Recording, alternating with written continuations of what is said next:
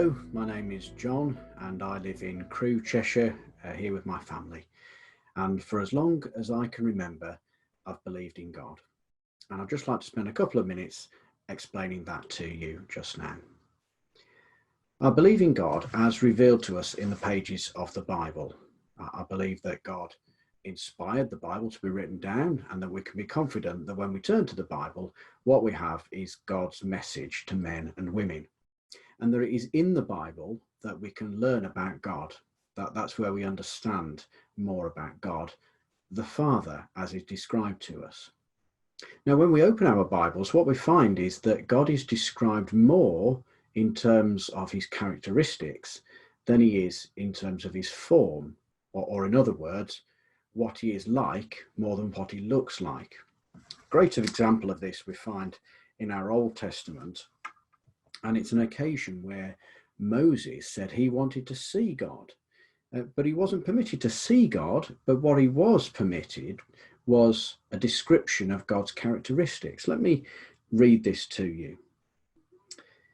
The Lord God, merciful and gracious, long-suffering and abounding in goodness and truth, keeping mercy for thousands, forgiving iniquity and transgression and sin, by no means clearing the guilty, visiting the iniquity of the fathers upon the children and the children's children to the third and the fourth generation.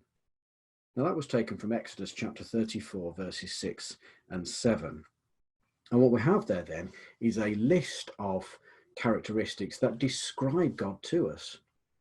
And as I just took you through those, I hope it was clear that God's presented to us in a very balanced way. So on the one hand, we hear about a God that is loving and gracious and merciful, but also a God that won't tolerate wickedness forever.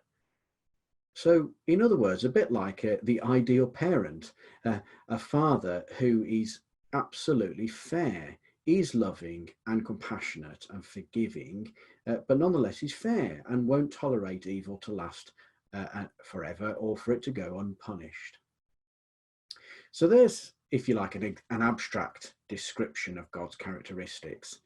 There's a really neat story we find in the New Testament. It's a parable told by Jesus, which describes to us really effectively in the form of the story what God's like.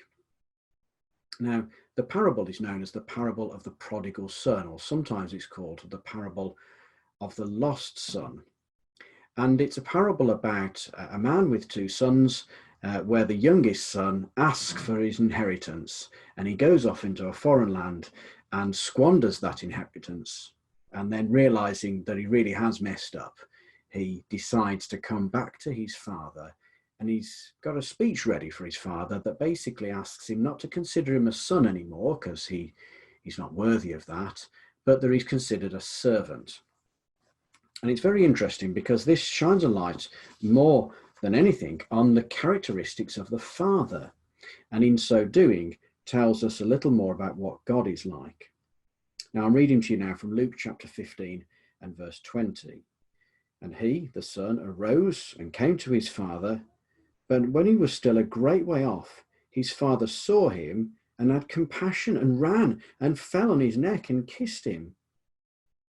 And the son said to him, Father, I have sinned against heaven and in your sight, and am no longer worthy to be called your son. But the father said to his servants, Bring out the best robe and put it on him, and put a ring on his hand and sandals on his feet, and bring the fatted calf here and kill it. Let us eat and be merry. For this my son was dead and is alive again. He was lost and is found. You see then, the father was desperate for the son to turn back to him.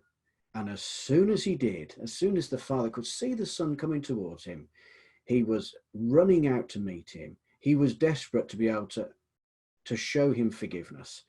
And that's what God's like. That's how God's presented to us in our Bibles, as a God who is desperate for men and women to turn to him, and that when they do, he's ready to forgive them. But it's balanced still, that wickedness couldn't go unpunished.